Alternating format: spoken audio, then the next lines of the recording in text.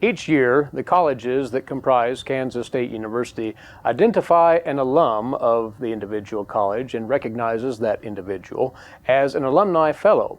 The College of Veterinary Medicine at Kansas State University has named its 2011 Alumni Fellow, Dr. Guy Palmer. Dr. Palmer, congratulations, first of all, for this recognition.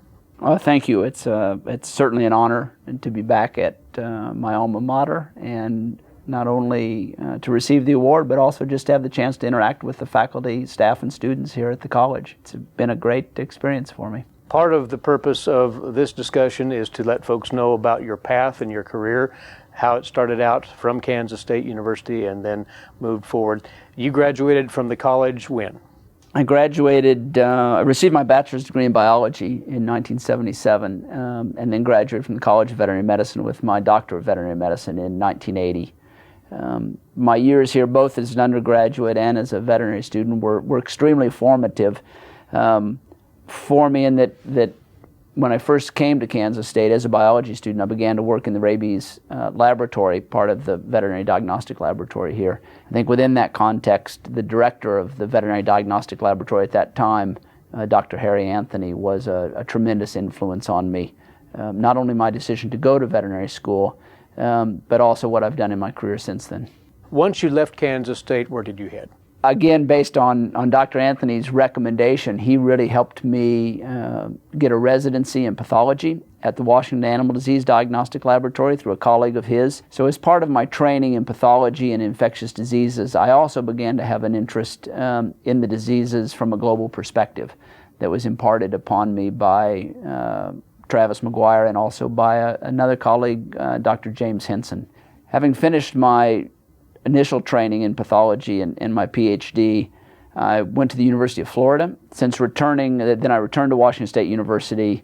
It's been now 21 years ago to Washington State, and have really spent the majority of my career there in the College of Veterinary Medicine. What specifically is your capacity at Washington State now? Currently, I'm a Regents Professor of Pathology and Infectious Diseases, and that's really focused on my laboratory and field research, which has primarily been on vector-borne diseases, developing vaccines, better understanding the disease epidemiology, and implementation of diagnostics. In addition, I'm now Director and Creighton Chair of the Paul G. Allen School for Global Animal Health.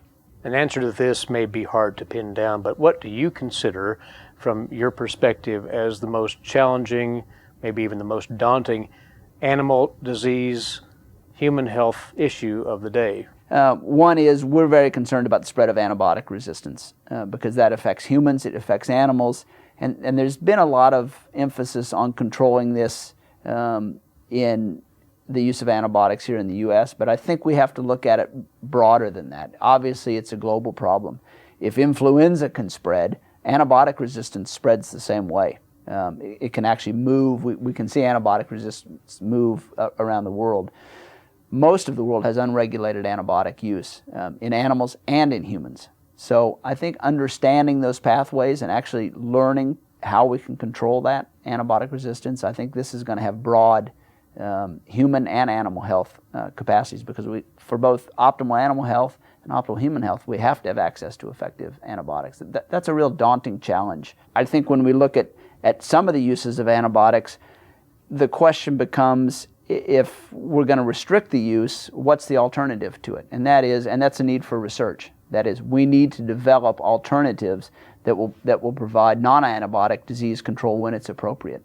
Be that vaccines, be that ways to stimulate the innate immune response. Those are really research-driven questions. I don't think we can look at it from a strict policy point of view.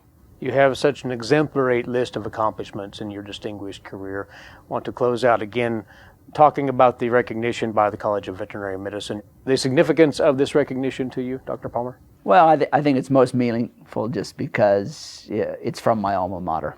So it's a chance to, from a very personal point of view, reflect back on what, ask myself the question, what did I gain from the university? And when you look back on that, I think it's that opportunity to reflect that's the most enjoyable part of it, and realize the critical role, just the foundational role that this university played in my career and will continue to play in the development of so many young veterinarians and other scholars who want to go out and improve the world. And congratulations for this recognition. Thank you for your time right here. Thank you.